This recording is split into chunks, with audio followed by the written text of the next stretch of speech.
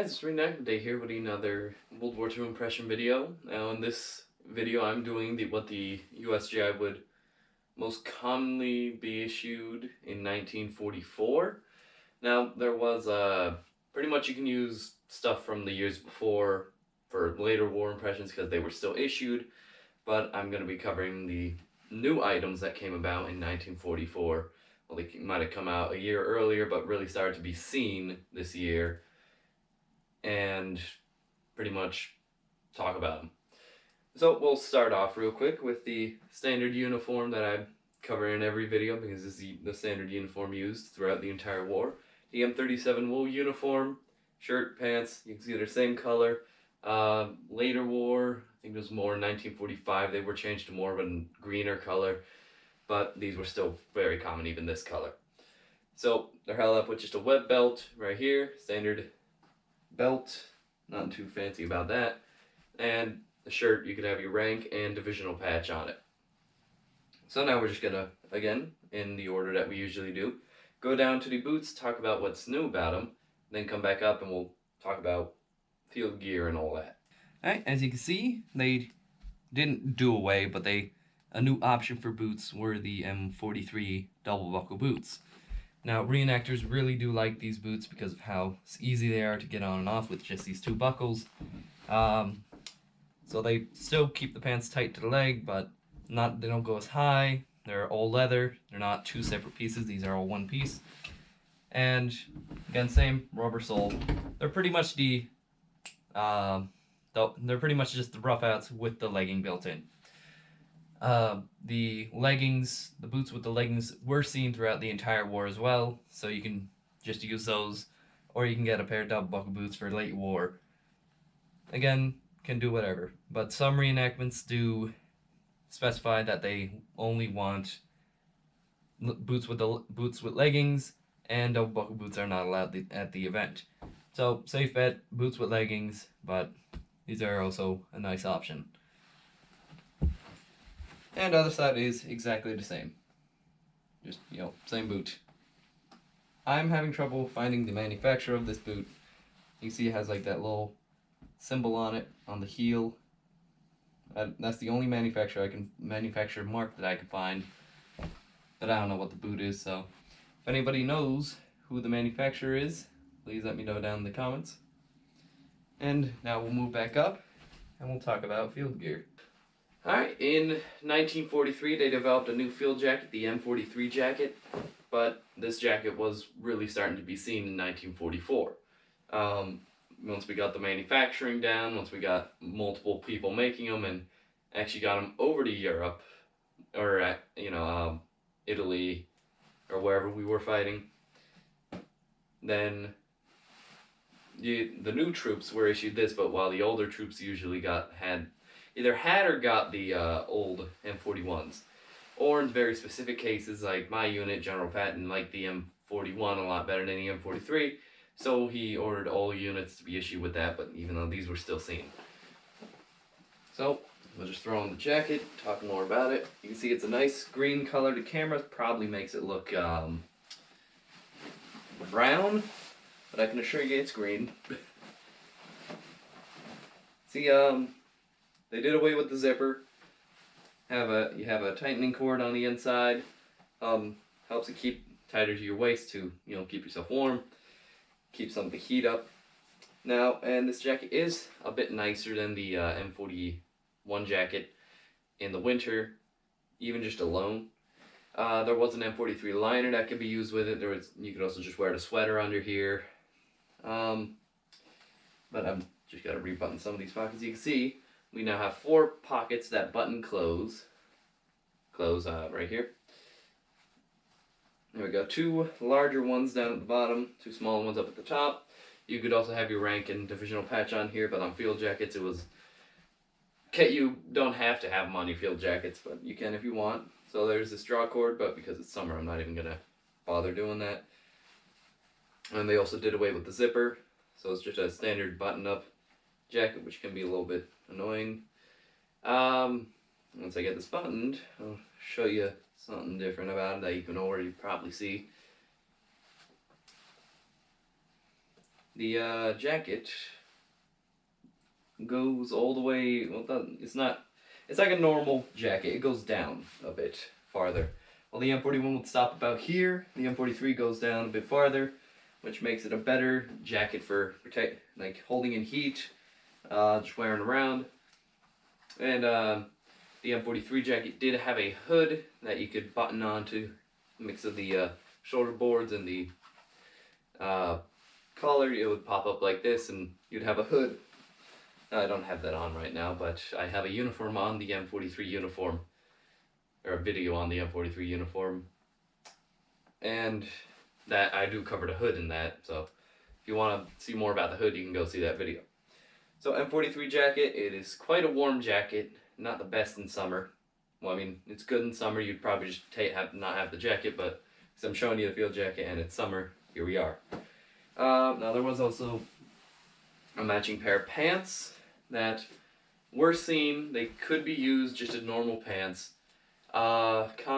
Usually sometimes what they would be used as is snow pants. Now, these could just be worn by itself, or they could be worn as overpants. So I usually just use them for the overpants. So I have the wool pants on. I throw these over because these are a nice cotton material. They're a bit more water resistant than the wool. And they're just better to wear. It's nice. It's also an extra layer to keep yourself warm.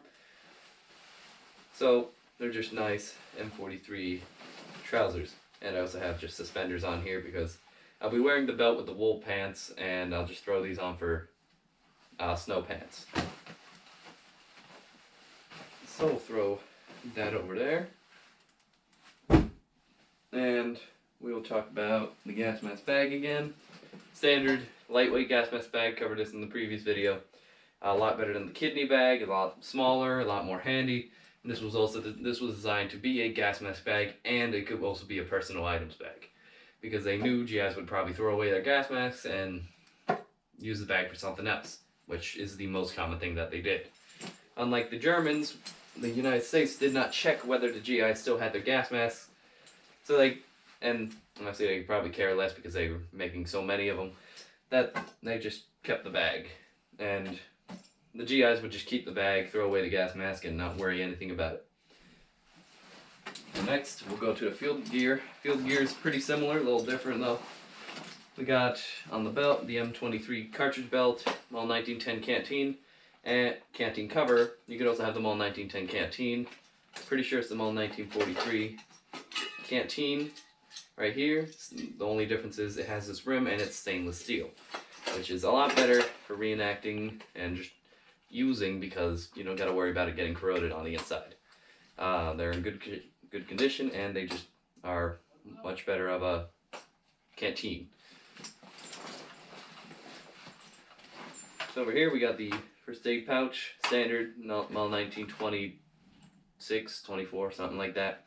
There could also be the MAL 1942. That was seen pretty much, early war through late war. This was also seen. They were just whatever you were issued.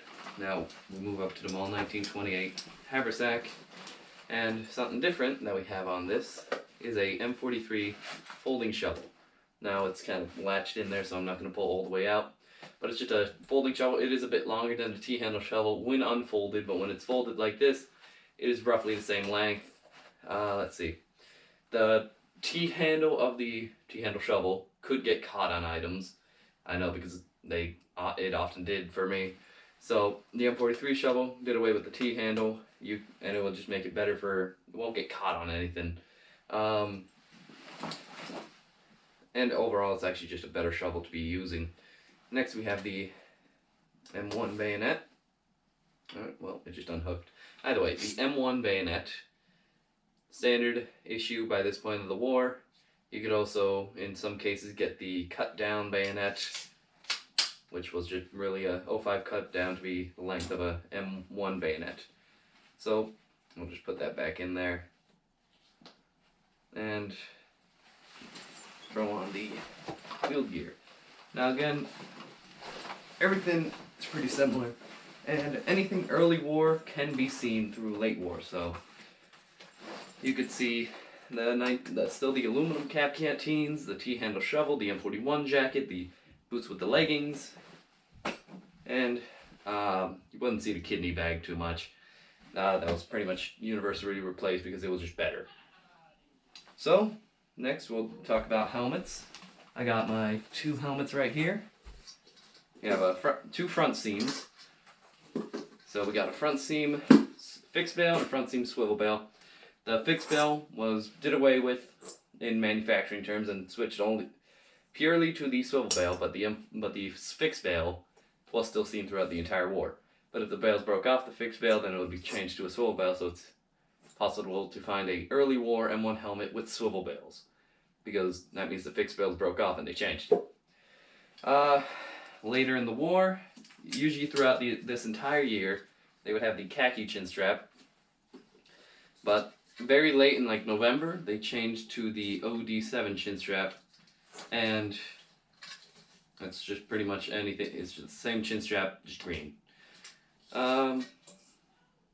So front seam, some of these helmets in 1944 were being switched to be rear seam. So again, it's possible to find a rear seam M1 helmet from World War II. It's not purely post-war. It is a very late war item that they did, but rear seam helmets from World War II existed. So, 2 helmets. The liner, still the same removable high pressure liner, made out of like a fiberglass material. Liners, usually, sometimes around this point in the year, they could be changing to green webbing on the inside, probably along with the chin straps, but again, the khaki was seen throughout the entire war. And, let's see, so like I said, anything like this could be used throughout the entire war. Later war too, the M1, same thing with the weapons that were issued. The M1 Garand was the main battle rifle, chambered 30-06 8-round semi-automatic. The O3 was around, the 5-round stripper clip fed bolt action rifle that was still around, but later war it more adopted the specialist roles of sniper and grenadiers. Again, it's adopted the grenadier to and the snipers because it was a good accurate rifle, and it was because it had the magazine shut off. You could easily load in a blank, close the bolt, fire a blank, then switch the magazine back on and just cycle normal rounds. So very easy rifle to use as a grenadier rifle. And again, there's also the other ones like the carbine and the Thompson and all that I covered in the previous video. And that would need a whole different web setup. But I'll just do a quick spin again, show you the field gear, uniform, the boots, and that's pretty much the 1944 uniform that was more standard issue for new troops coming in. Older troops and even newer troops could be issued the older items, and like the M41. So this year could be a mix of the M41, the M43, the M whatever. So these were commonly seen throughout the entire war, the older stuff, but this stuff really started to make an appearance in 1944 once the manufacturing got underway of these. 1945, you're going to see this stuff become very more common and a lot more items like that, but that is going to be it for this video. This is the gear. Well, that's it for this video. Thanks for watching. I hope you enjoyed. Please like and subscribe if you found this video helpful. If you have any questions, put them down in the comments. Have any comments on this, also put them down in the comments. Thanks for watching. Please like and subscribe, and I'll see you guys later.